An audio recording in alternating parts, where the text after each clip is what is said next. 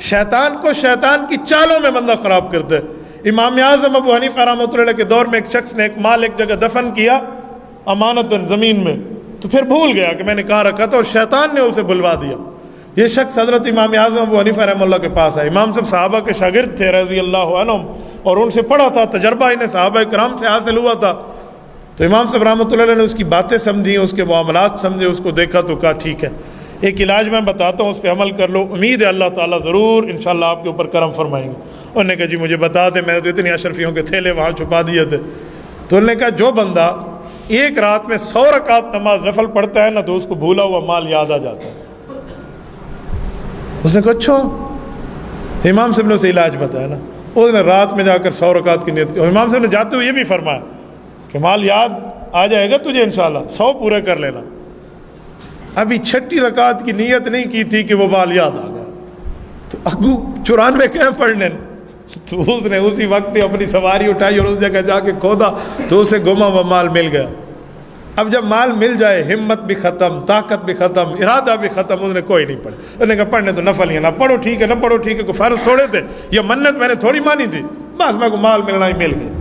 کچھ دنوں بعد امام صاحب سے ملاقات، امام سے پوچھا بھائی آپ نے بتایا نہیں تھا؟ کہا جی الحمدللہ اللہ آپ کا بھلا کرے، وہ مال مجھے مل گیا تھا۔ تو کہا اچھا، اللہ نے دیکھو میں نے تمہیں اچھی ترتیب بتائی تھی، شیطان ایسے بلا دیتا ہے، تو ماشاءاللہ پھر آپ نے نمازیں تو پوری کی ہوں گی۔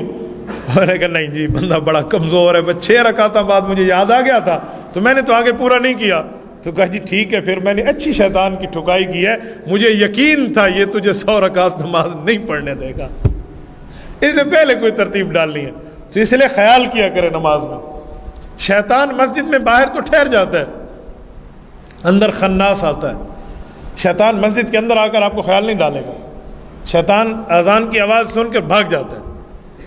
تو آپ کوئی کہے کہ نماز میں شیطان آپ کو توڑ رہا ہے، تو حدیث میں ہے تو شیطان تو مسجد سے باہر ہے، تو آپ انہیں کہنا ایک شیطان ہے اور ایک شیطان کا فوٹ اسٹیٹ ہے جسے خناس کہتے ہیں۔ سورۃ نمبر 114 سورۃ ناس میں اللہ نے اس کا ذکر کیا، من شر الوسواس الخناس الذی یوسوس فی صدور الناس من الجنۃ والناس، فرمایا خناس کے شر سے پناہ مانگو، جس کی ڈیوٹی یوسوس فی صدور الناس، یہ لوگوں کے دلوں میں وسوسہ ڈالتا ہے، اور یہ جن ہے یا انسان ہے، کا من الجنۃ والناس، یہ انسانوں میں بھی ہو سکتا ہے اور جنات میں بھی سے ہو سکتا ہے۔ جو آپ کے عقیدے میں، عمل میں، نظریہ میں، دین میں شبہ ڈالے اور آپ کو پریشان کر دے کہ یار میں یہ کروں یا یہ کروں، کوئی نیا مسئلہ لے کر آپ کو بتائے کہ بندہ کہے جو آج تک 1400 سال کی امت تھی گمراہ تھی، اے مولوی صاحب نواں مسئلہ کٹ کے کھڑا ہے، تو قرآن کریم نے پہلے نشاندہی کر دی ہے من الجنۃ والناس، ایسا خناس انسانوں میں سے بھی ہو سکتا ہے اور جنات میں سے بھی ہو سکتا ہے۔ تو اس لیے خناس تو مسجد آ سکتا ہے نا، تو اس لیے خناس سے بھی بچنا چاہیے اور شیطان سے بھی بچنا چاہیے۔ اس کی مثال سمجھنی ہو نا تو ہیڈ کوارٹر اور ہیڈ کوارٹر کے لگے ہوئے بوسٹر کو سمجھیے۔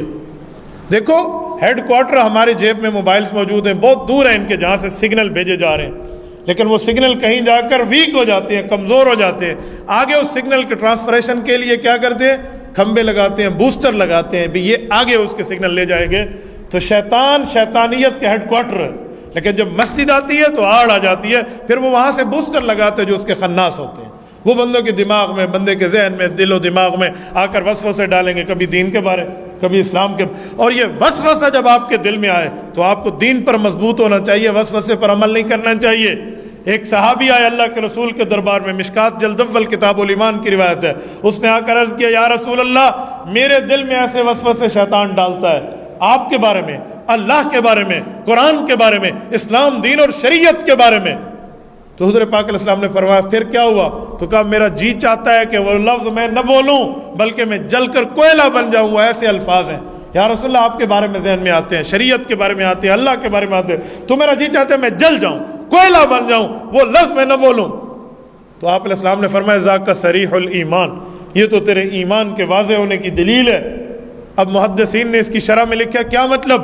کہا جس بندے کے پاس پیسے زیادہ ہو جائیں، مال زیادہ ہو جائے، اکاؤنٹ میں اس کے پاس معاملات زیادہ ہوں اور کسی چور کو پتہ چل جائے تو اس کے وار اس پر زیادہ ہو جاتے ہیں، اس دکان اور اس تجارت پر اس چور کی نظریں زیادہ ہو جاتی ہیں، وہ کوشش کرتے ہیں ان سے لوٹ لوں۔ کہا اسی طرح جب ایمان سینے میں بڑھ رہا ہوتا ہے، ایمان کی طاقت مضبوط ہو رہی ہوتی ہے، تو شیطان اور خناس کی ترتیب ہوتی ہے کہ اس کے ایمان کو لوٹوں، اس کے اندر وسوسہ ڈالوں، اس کے اندر شریعت کے خلاف باتیں ڈالوں، معاملات ڈالوں، تاکہ جبلا کہے اور اس کا ایمان میں لے کر اڑ جاؤں۔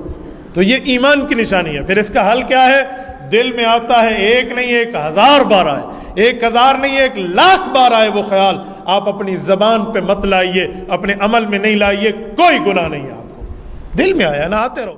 تبارك الذي نزل الفرقان على عبده ليكون للعالمين نذيرا.